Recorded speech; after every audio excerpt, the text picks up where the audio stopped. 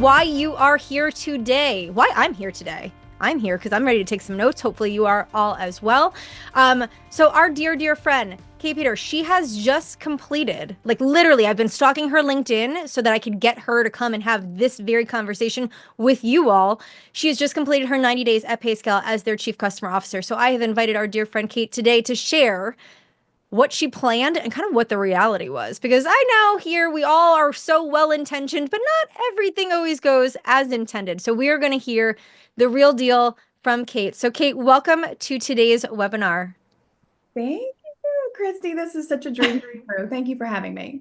I am so excited. Like I said, I've got my notepad here. I am ready to take some notes. Excited to hear what you've learned and all of the experiences that you've had in your first 90. Now, for everybody, if you are not familiar, go check out Kate's LinkedIn. Go see her experience, her background. It is super impressive. The work that she has afforded to do previously and now in her role at PayScale. Nothing short of impressive. So please feel free to connect if you guys are not already connected, but I guarantee you probably are already. So that said, Kate, I'm going to pass it over to you. For everybody else, I will see you in the chat. I'm going to go off screen. I'll be back for some Q&A at the end. Awesome.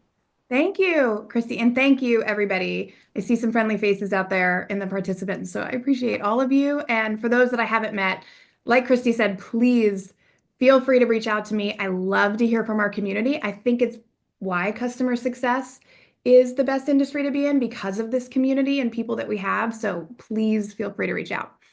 All right, I'm gonna share my screen, and in normal fashion, I'm gonna share it like that until you see the right one. So hopefully you're seeing the right screen, the large one, not my notes.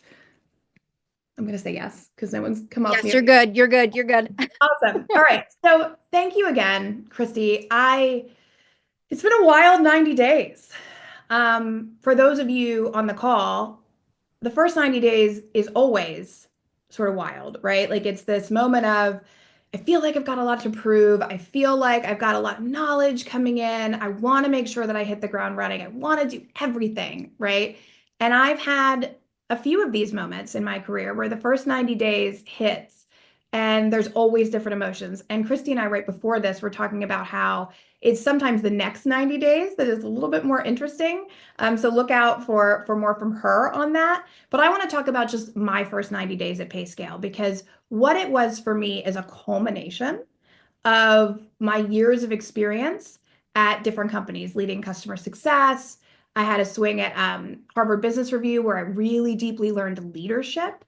I went over to a fintech company where I got to see sort of a global aspect of running all of CX and CS. So I've had my fair share of lessons throughout the years, but this one for me has been really special, and I'm very excited to share the path. For those of you who know me, you also know that I'm going to be authentic. I'm going to tell you the good, the bad, and the ugly because I honestly just don't think we can make each other better and get better without that. So you'll see this presentation today, I'm going to talk to you a little bit about sort of how I set myself up and also what ended up happening from the things that I did and I set up in the beginning. And some of those are good stories and some aren't. So I'm going to take a quick water break. All right. So expectation versus reality. I think that there's a lot of thoughts out there about, what a CCO does. There's a lot of thoughts about who they report to, how that looks in an organization. Anywhere from startups all the way to, the Fortune 50. There's a lot of perception about the CCO role, but honestly, it really does look a little bit different. So if you're about to start a role or you're in a role and you're thinking to yourself, I'm just going to have one playbook, I'll tell you, it's definitely not one playbook. It's definitely a mixture of a lot of playbooks. And hopefully you can learn a little bit from me today. So immediately, expectation versus reality hit me pretty hard. I knew I had to build internal trust. I knew no matter what, the times I've been most successful in my career were the times when I spent the time to build a foundation of trust. But what's interesting in your first 90 days as a CCO is because so much is being thrown at you. My first day was a board meeting. So much is being thrown at you. It can sort of be a very delicate process and it can sort of put you on your heels a little bit more than you thought. It's not just the normal, okay, these are the things I'm going to do to build trust. You have to build trust in the chaos. And then there is immediate pressure. In this role for us, it's private equity owned. They're an incredible private equity firm that is Francisco Partners and Insight, and they are truly there to help. But there's pressure. My first board meeting, somebody looked at me and said, "Okay, here's your GRR goal. Go hit it." And I was like, "I literally have been here for an hour." So I want to be honest about what it looks like to dive in head first. I love these two quotes at the bottom. I also love that they're unknown because I think that's hysterical because nobody really wants to talk about a little bit of the pain. There's a lot of books, The First 90 Days. There's so many books out there. But I love this first one. This is how it felt. The first 90 days are when you'll make your biggest mistakes. Just make sure you make the right ones. And then the last one, if you haven't made a mistake in your first 3 months, you're probably not making enough decisions. I really struggle with perfectionism. I believe a lot of people do in their career. And I think that for me, it was a constant reassurance in my body that trust my gut, know what I'm doing. It's okay to make mistakes. It's okay to admit those mistakes. But the pressure in these two sentences kind of shares it all. You have to make mistakes in order to be good, but make sure you make the right mistakes. Oh my God. Okay. So to dive in, I want to show you guys my pre 90-day plan. I'm a big proponent of this. So before I get to an organization, I really think about what do I need to tackle? There's a great book. It's called The First 100 Days, I believe. It might be a little different than that. I'll get you guys the link after, where it sort of says, hey, the pre-work before you join a company is just as important for your success long term than your ability to hit the ground running. And so when I think about entering an organization, I think about four things I have to do. I have to immerse myself in the culture.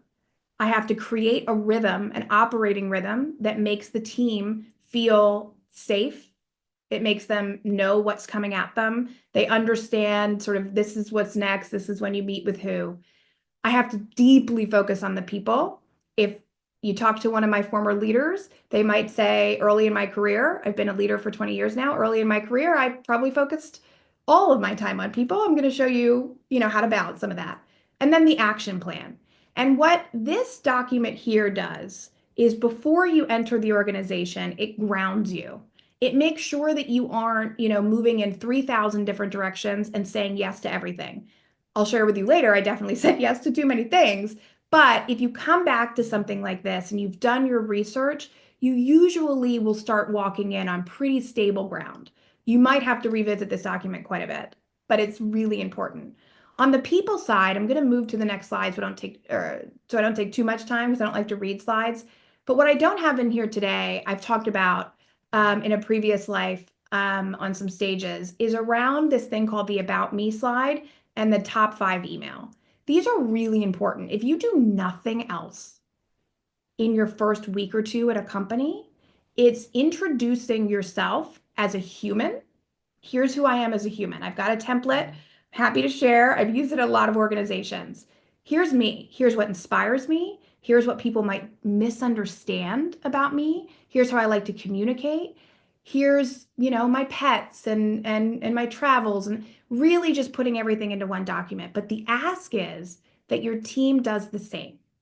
And what you'll notice is that what you get back from people is moments of meditation and clarity on, wow, you know what? It was really cool putting this together. I sort of thought about my why behind, being at this company. At PayScale, it's very easy for people to come up with the why, and we're very, very lucky. I've had that at quite a few companies where we're very mission driven. Pay equity is something close to people's heart. And so it very much was cool for me to see how people connected to the mission. But even if, you're not a mission driven company, it is really important for people to connect with the why in themselves and have that chance to share it with you. And then the top 5 emails is something I've done quite a bit and I love. It's hard to do. At the end of the week or bi-weekly, take note of who you've talked to, what customers you've met, what you learned that week, anything that you're most interested in reading, where we think we're going next, and then finally something personal. That now lives in Slack for my org. It's about 250 people.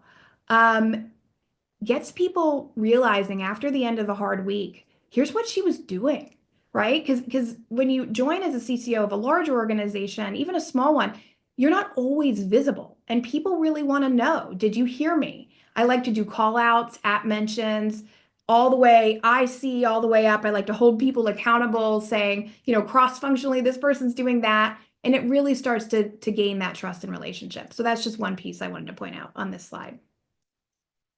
So I'm going to walk you through each of these with actual examples.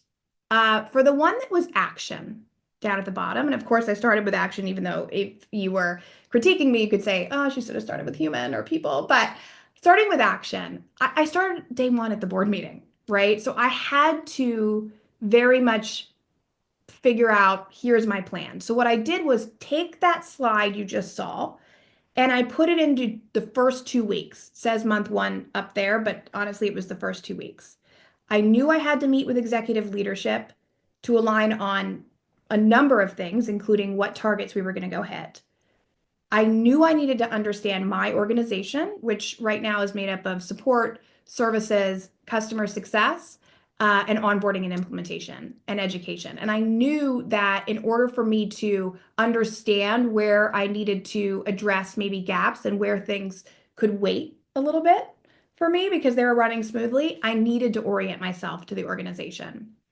For us, one of the big transformations that was sort of decided before I got on board, but I had the go, no go in the first 15, 20 days, was moving renewals contracts off of CSMs and onto an account management team. I am a big proponent of this. I actually think that a CSM, and somebody could argue with me, shouldn't own the physical contract. But the act of doing that transformation is usually a pretty long transformation. And I had about 15 days to say yes or no. So that's one of the examples when you're coming to an org. I don't think I've ever seen an org that doesn't need a decision made very, very quickly. And it's your job as the executive, and it was my job at that moment to arm myself with enough knowledge, cross-functional knowledge, knowledge not just from the, yays, but the nays before making that decision. So sometimes I think it's important to know what's the immediate decision I need to make.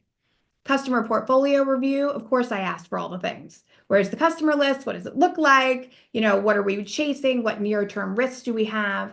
And then product understanding. This is always the area for me where if I had the ability to go back, I would do a lot more of the blocking, a Saturday morning or a Thursday or what have you, and deeply understanding. I think it's a miss for a lot of CCOs when they don't take that time, because if you can't relate to the love of the product and the future of the product while you're speaking to your team, it's really hard for them to connect with you. So while it seems like, okay, I can learn the product later, I actually try to really put my head down, which I did for a full day in December early on. And I'm really thanking myself today. There's a lot more for me to learn because the comp professionals at this company are the best in the world. And so I don't want to rival them, but I do want to make sure that I'm supporting them. So I think that's really important. All right, moving forward into immersion. I created this for hopefully anybody on this call who needs it. I keep going into organizations with this list. And when I show up, I'm like, here's all the things I need to know. And I basically use one-on-ones. I don't spray, my manager directly with all these questions. I have a list of questions. For me, it's actually like a checkbox in my OneNote, where as I'm having one-on-ones cross-functionally and with the team, I'm answering these questions. When I get to the end of the week, if I've got something where I'm like, I really should know that, then I'm bringing that up and saying, hey, can you help me? What I'm not doing is assuming because I didn't get the answer that it doesn't exist. I have been that person in the past, and that is a really scary thing. So I would say, make sure that you have a list. And these are all normal. If you're on the call, you know these things. You need to know, how do we calculate GRR versus NRR, right? There's different calculations out there. There's not really. There's one calculation, but the way that companies report on it can be different. Is it a rolling 12 months? Do we have price increase? Do we not? I put Prince increase there. That's cute. It's your job to figure those things out. As you go through, something may pop up at you, but I tried to bucket them for myself to say, okay, all of these things may be equally as important, but I want to start bucketing in my brain. What am I hearing? And that type of learning for me allows me to go in and understand in the first 3 months, where am I immediately needed? Where is a cross-functional leader needed? Where can we coast for a little bit because it's pretty damn good the way it is? And if I come in thinking it's my job to fix all of these, that's the mistake. It's my job to find all of these things out. What do we do about success plans? What is our internal, SLAs as well as our external SLAs? How do we show up from a revenue perspective? For us, it was moving to the account management team. Where are there silos? Where can I provide some automation? Those are the things that I'm in there looking for, but I come listening. I'm not great at listening. It is a weakness. It is something I've actively practiced because I got a lot of ideas and I'm super excited, right? But at the end of the day, if if I come in and I'm just the super excited lady, um, very few people buy into me. If I come in and say, oh, yeah, you know what? I talked to Nadeem and he mentioned that we're actually struggling with X, Y, and Z. Is that your experience too? That then all of a sudden gives me the benefit of the doubt and also shows that I really am leaning in. I want to know about the current processes. I'm not just here to wipe everything out. So if this is helpful for you or a version of this, I would say have a list of questions, no matter what your new role is, in the back of your mind as a thought leader in that space, as somebody who is good at this job, previously. If you're brand new, get the list from somebody else who's really good at that and come and just get curious. Get curious. All right, the next piece. This is my favorite. If you've seen me speak before, I am very hell-bent on Frances Fry and Ann Morris being geniuses. They wrote the book Unleashed. They also wrote Move Fast and Fix Things. And they wrote one about customer service too, which is really good. But Frances Fry is one of the reasons that WeWork, sort of turnaround, Uber, right? She's a genius behind getting into organizations and figuring out what are the problems within this organization from a cultural perspective and how am I going to help this org turn the mirror on themselves and see what they need to do differently. So on the left, you've got the trust triangle. If my team's on here and I saw a couple people, they're like, oh my God, she keeps talking about the trust triangle. But I really believe in this. The trust triangle is pretty simple. In order for you to trust me, if I'm coming into an organization, you need to believe I have all three of these things. You need to believe I'm authentic, that you are experiencing the real version of me. There's not a different Kate that walks out of here and puts a mask on. You need to believe I have the logic, i.e., yeah, her experience, her reasoning, her judgment, even, but mainly, no, she's got the experience. I know I can turn to her for this, that, or the other. And then they need to believe that I am empathetic. And not empathetic as in am over the top emotional about your emotions and we get no. You need to believe that I care about you, that I care about your success, and that even when I'm giving you feedback, even when times are tough, that I'm here for you and that I'm only successful if you're successful. If one of these three things is missing, the ability to build a foundation of trust is nearly impossible. So what Frances Fry and Ann Morris talk about is understanding your wobble. For me, they believe every leader has a wobble. Hopefully you have all three of these things as a leader, but when you're hungry, tired, cranky, where's your wobble? For me, I am neurodiverse. I have ADHD, which means I'm highly empathetic, almost to a fault. So I was like, okay, well, it's not empathy. I'm like sort of moving through when I got my training on this. Turns out it is empathy. I struggle with understanding why somebody else doesn't understand this brilliant idea or this thing that we just have to go do, even if there's facts. Or I struggle to maintain like on a Zoom meeting, I struggle to maintain connection with a call to help other people get to the discussion points and help other people get to the understanding point because I might multitask if I have too much going on. So my job, if I have an empathy wobble, is to always be thinking about sort of other first and making sure that I'm showing up that way. Then if you move over to the standards and devotion matrix, this is what I've been living and breathing by at PayScale. I'm asking a lot of my team. There is a massive transformation right now. In my first 15 minutes, or 15 minutes felt like that, first 15 days, we said your role as a CSM, which we have about 70, is changing Jan 1. So in order for anyone to follow me, it means that I need to have this standards devotion matrix down pat. It means that I need to drive strong standards and high devotion from my team at the same time. When you have high devotion from the team because they believe in you, because you've built the trust on the left, without standards, well, now we're just at a really nice place to work. When you have high standards without having that trust, then I'm this severe leader coming in and demanding things. Getting this right and hitting on what they call justice is really key. And so as you come into an organization, it can be very easy to go into do mode. Here's the thing. I believe I've started to build this. People can correct me if I'm wrong via my outreach and the way that I'm leading. But that makes it so that as a leader, I can shift sometimes into severity if I need to. And it doesn't mean that I'm losing their devotion. It means I've gained the ability or the right to be harsh sometimes, not in my words, not in my language, not in my tone, but maybe in performance. Or I've earned the right to really be able to lead this team. And you're not going to be able to do that if you don't focus on this. So I would say, in your first 3 months, if you're not taking time to do self-reflection, if you're not asking for upwards feedback, if you don't feel like people are showing up authentically to you, that may be something that you need to look in the mirror about and say, have I created an environment like this?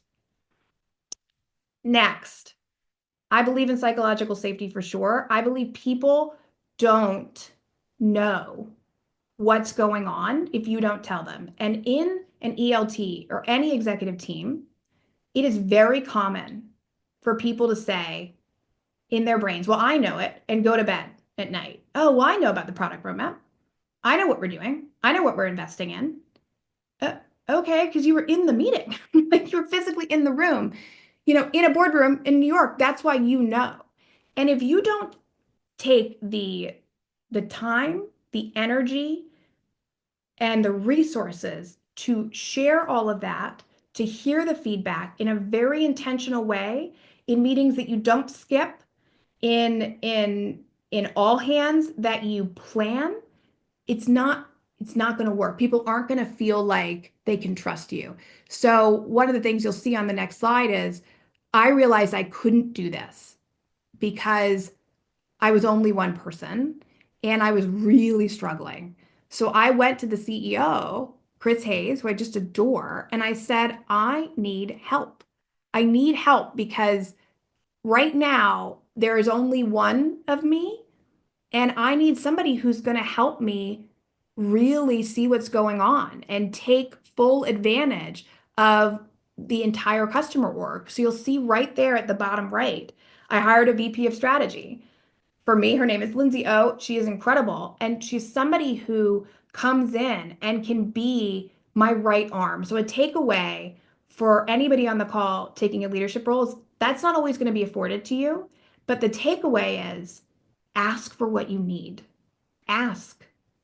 And if you don't ask, then you're still the person being pulled apart at the seams behind the scenes, and you cannot show up for your company the way that you want to. And so that may not be a VP of strategy for you. That may be something different. But for me, it was a breaking point when I realized I can't do this. I don't know how to put this together. I'm not great at, this very specific arrangement of these meetings and holding everybody accountable to decks beforehand and doing all this work. And my VP of strategy is incredible at it. So when you find your own weakness, ask for help for how you're going to make it better. What worked for me? The operating rhythm up there in the corner, that worked. We're just in the midst of it now. I don't want to oversell that, like, oh my God, it was, amazing. And all of those things are kicked off. They are all on the calendar. So remember, it is just 90 days. But my ability in town halls to talk about what we are doing is real. We completed the CS and AM transformation. Because I went heads down in those first 15 days, I was able to give a go in the go, no go session. I did a lot of apologies to the rest of my organization for being quite heads down. I'm a big believer in apologizing for showing up and saying, hey, this is what I need to do right now. And maybe it's not actually the I'm sorry. Maybe it's the hey, letting you know in advance, this is why I'm spending more time with this team right now. I need you to understand the impact. And I did a lot of that in the beginning. So we did successfully change hands from our CSM zoning contracts over to the AMs. And right now in Q1, we're doing really a trial period. Sometimes you need to do that, where it's a quarter-long handoff between those two teams. I'd recommend, if you don't have the ability to do a 6-month transformation, that instead of being like, all right, we just have to go, see if you can work cross-functionally or with your leadership to say, hey, I think that we actually need to take this a little bit slower. What if we go in and sort of pilot this instead? Or what if we go in and we take a certain amount of time and we have both people training each other on this thing, or both systems in place, right? Like, these are all the important things you need to think about. And that's another space where I'll say ask. Maybe I should have put an entire slide that just says ask. It's crazy what you'll receive when you ask for help. I communicated heavily with the customers in this time period. I was very lucky. We have a great customer marketing team, and we have an incredible ops team who was able to get me to be able to go out to, I think at one point it was like 20,000 recipients, to say, here's who I am, here's my vision for how the customer journey is going to work, how it's going to change, what it's going to look like, sort of here's direct access to me. Now, I wouldn't recommend doing that without some sort of a person to field the emails back, because I'm still crawling my way out of some of those. But we have a different way of doing it moving forward. But I was very open and honest with our customer base, because at the end of the day, the most obsessed person with the customer in the room should be everybody, but I really take on ownership of that. So if I'm going to make all these changes, I'm going to be real honest with our customer base. We streamlined the onboarding and support processes. I don't want to make it seem like I've nailed this, just like I don't want to make it seem like I've nailed the CS and AM transformation, but I've got the right people in the room who are thinking about things the right way. I'm training them on, when you put a slide in front of the executives here, make sure that you're talking about what the problem is that you're trying to solve, what your thoughts are, what you've already done to solve that problem. And then finally, what help do you need from that team in order to get it done, instead of just reporting the news? So part of my streamlining these processes is also teaching the team how to really think about things in a very critical way, so that when we bring problems either to the ELT or the board, that we've got a really thoughtful approach. And then I already talked about the VP of strategy, but this strong risk management process, if I know I'm talking to CS professionals on the call, this is a no-brainer, but it's really hard to do. I always say, why am I surprised that I dusted up a risk process and I got dirty? Why am I surprised? Why am I surprised that this feels like a tornado that I've been sucked into and that I've sucked everybody else into? And I think a part of that is, if I could give double click for you guys right now, it's, of course, you want to go in and build a risk management process, or look at the one that's already in place, or revamp it.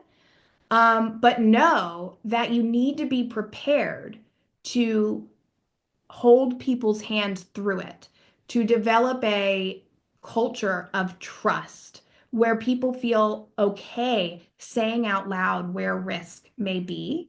All of these things may be new to the organization that you're in. There may be okay, well, we just sort of handle that over here. No, you need to be their force and their power. I joined our risk calls, which just launched 2 weeks ago, like a real full-blown end-to-end risk process with calls that our ELT comes to, that are cross-functional, product comes.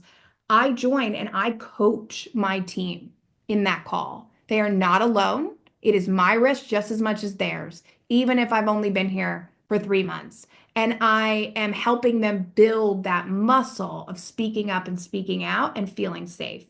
If some organizations nail this, but I've seen a lot of organizations that I've consulted with over the years who really struggle. And the reason is they might still be in the finger pointing phase. If you're going to roll one of these out, you gotta gain credibility with your own team while you're doing it. You gotta show them that you're there, that you're their backbone, and that it's okay to speak up. All right, these are my last two slides, the biggest mistakes and how to apologize. So I thought I would do this. Um, I'm I'm a fixer for sure.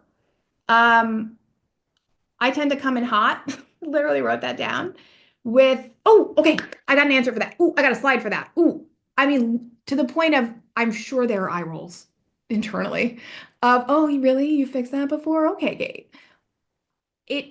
It's really exciting when you first join to want to be everybody's best friend and savior. And I fixed that problem for you, and here we go. I'm just as human. I I'm big on the admitting the mistakes and saying I took on too much or I didn't actually ask the right questions before I brought my own solve, that thing I talked about in the beginning.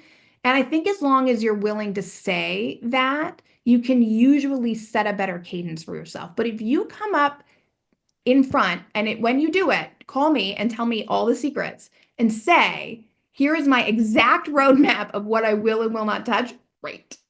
But I tend to be a fixer. So I know I need to get better. I need to still fix things, but I need to bring people along with me. It's very similar to mistake number two, assuming my past playbook will always work. We are CS experts on this call. It is really easy to go into an organization and be like, yep, here's the 7 things I did, and here's how we did it, and it worked at this place, and it worked at that place, and all the things. You're at a unique company, a new company. You have, for me, meeting these comp experts at PayScale has been the most humbling thing. Same when I went to HBR, meeting the HBR authors and professor. I was like, oh God.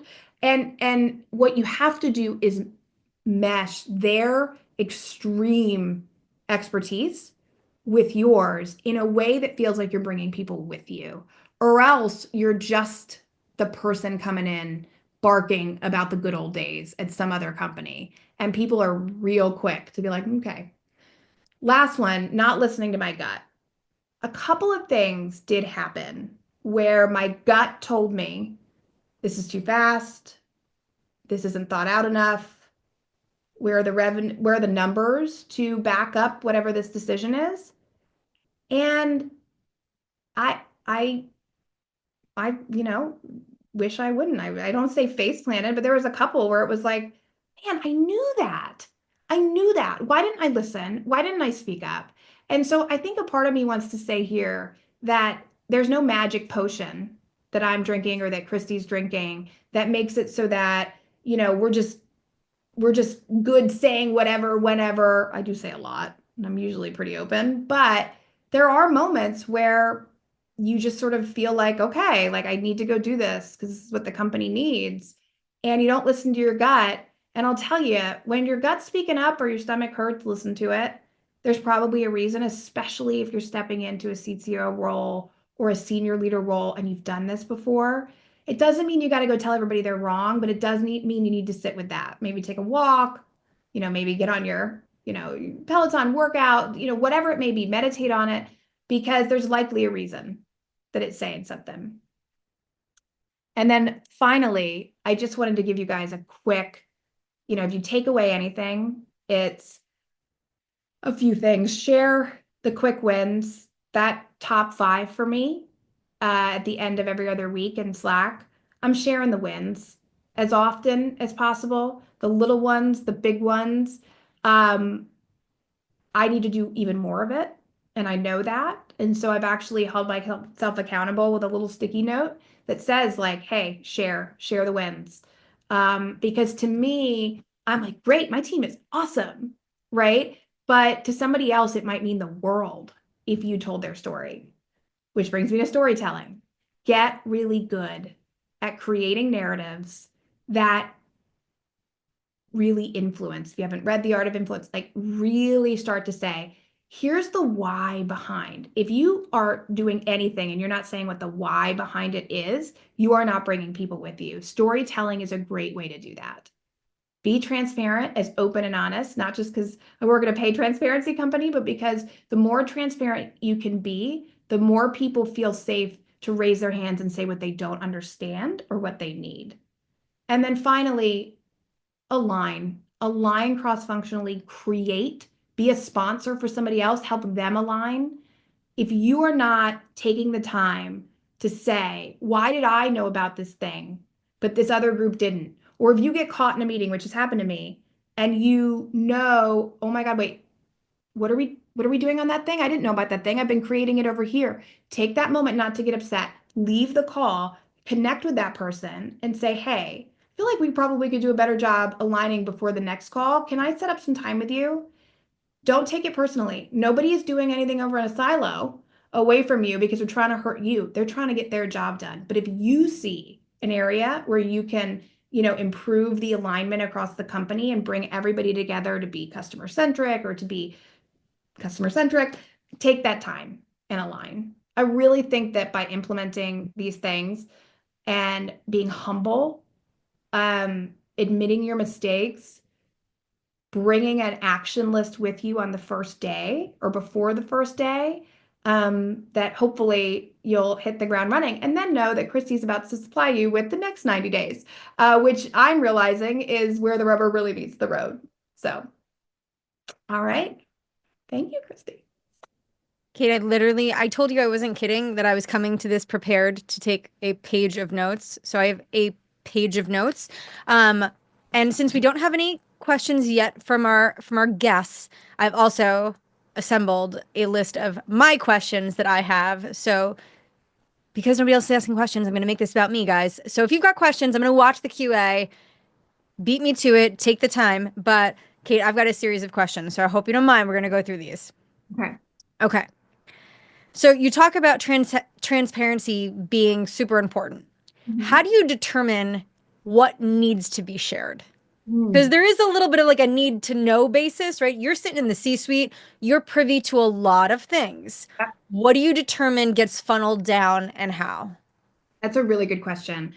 I had to actually have a little talk with the whole team a week ago to say there's a fine line with transparency.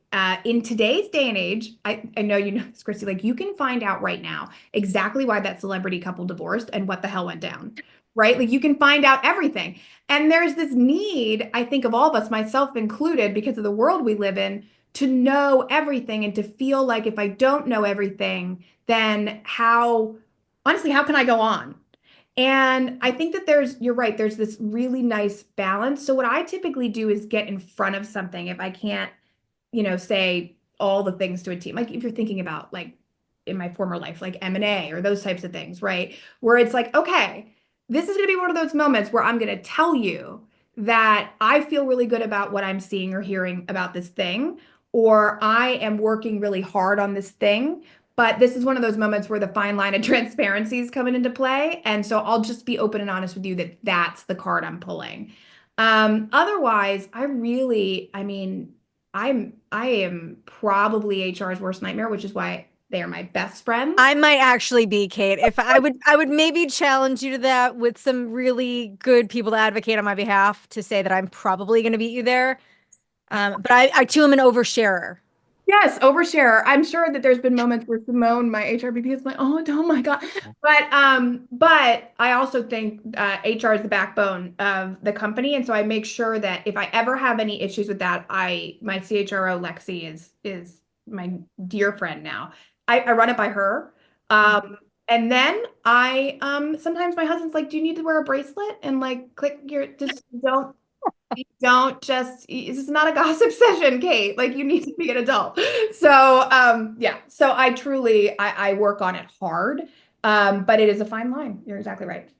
Okay. All right. Next question. And again, reminder, guys, Q&A is open for you, but if you don't use it, you lose it. I'm going to take it. Okay. Here's a fun one. Hmm. So when you are uncovering certain situations, and let's just say you uncover something messy, something broken, something that's not good. Yep. How do you navigate that with your peers without making them look bad? Because you're trying to build a relationship. We'll use sales, right? Everybody here loves salespeople. So we're gonna use sales. So you go in and you're like, oh my gosh, sales has been doing this god awful thing for all this time and it's atrocious. Gosh, why would we be doing that? You uncover it. Now you have to shine a big old light on it because it's impacting your ability to be successful and run your part of the business. How do you Yep. do that without burning a bridge with your peer, but addressing the issue and hopefully resolving it? I I've done this the wrong way a lot in a previous Me life. too. That's why I'm asking. So, Right? Like I've raised my hand and been like, this is broken. And someone's like, okay, thanks.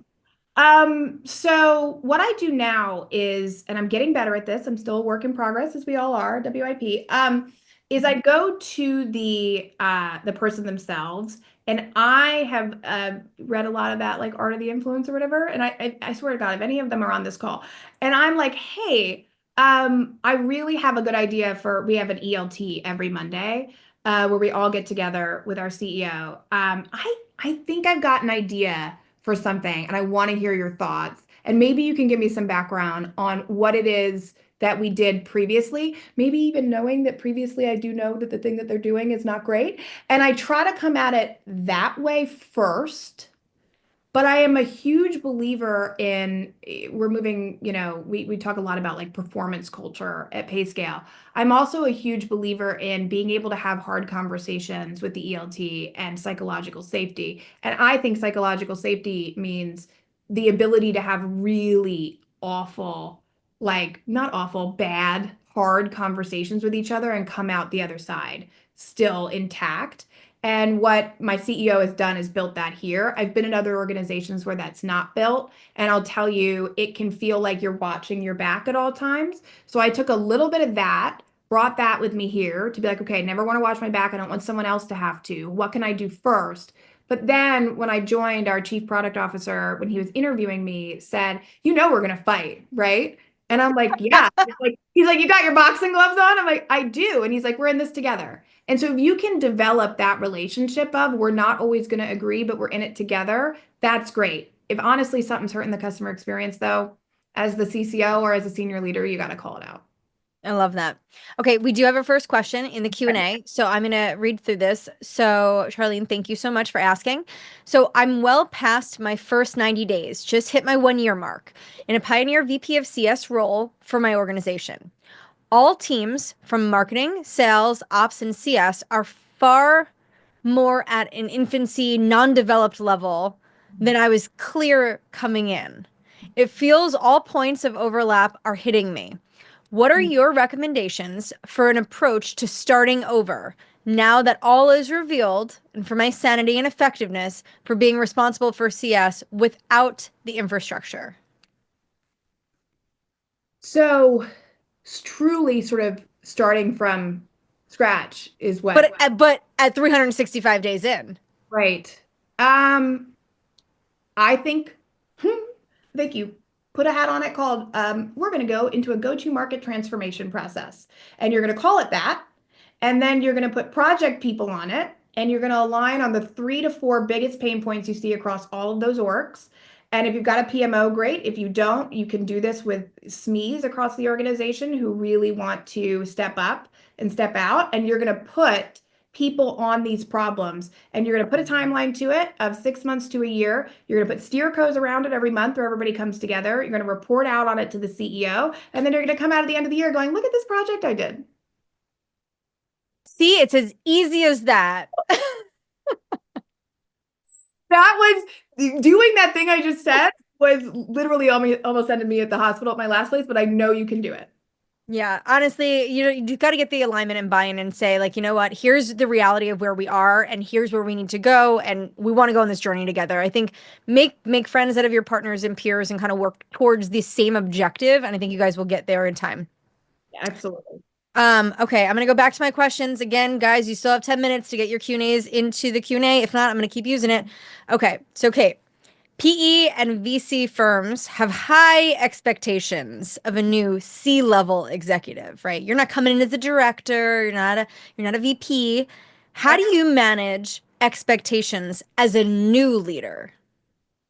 Of the of Yes, to your board, right? So in your case, you've got a PE firm. How Yep. are you managing expectations? Because we all want to be yes people. We all want to be supportive of the goal and the objective. How Yep. do you manage based on the reality that you now know 90 days in?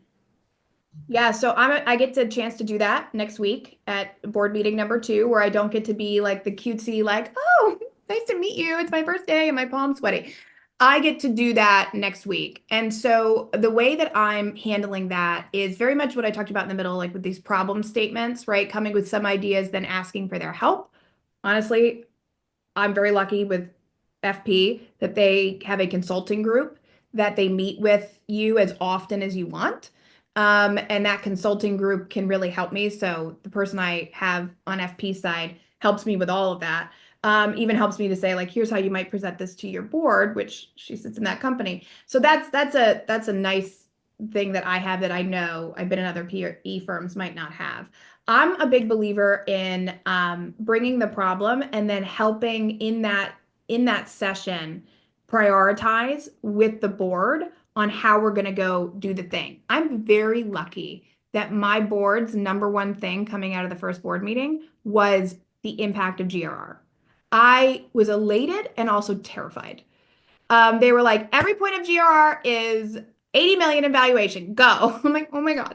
So I've had, boards that are like, oh, of course it's EBITDA, it's all these things, right? But for this year, they want it to be GRR because they know the impact. So I got a smart board. So what I need to do next week is I'm coming in with basically where are we at, my full analysis, basically my maturity assessment of the organization as it stands today. And then my priorities. And I'm going to list out the biggest ones that I think will move the GRR needle first. But then I'm going to have the others on the page that are like, hey, I can take one of these things off, but knowing that I'm going to make sure they see me as an executive and not a yes person because I'm both inside, but I'm going to try to not bring that person next week, if that makes sense. Yes. Well, we're all cheering you on, and we all hope that it goes exactly as intended.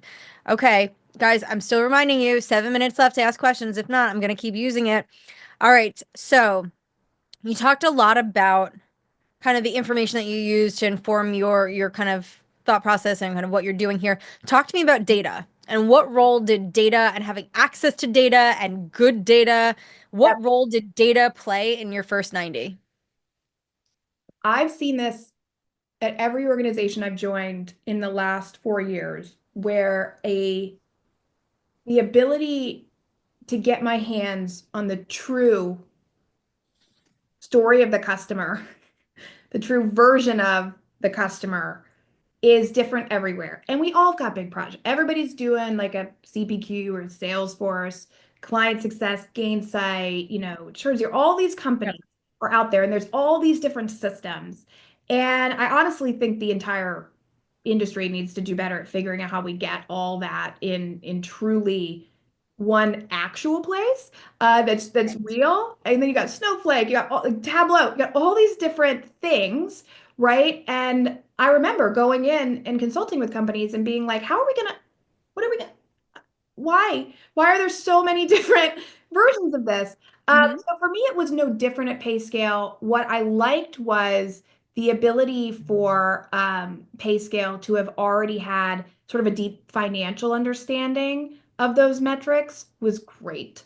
So that data I had.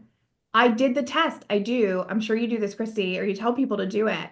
I went into all of our systems of record and I looked up the same customer.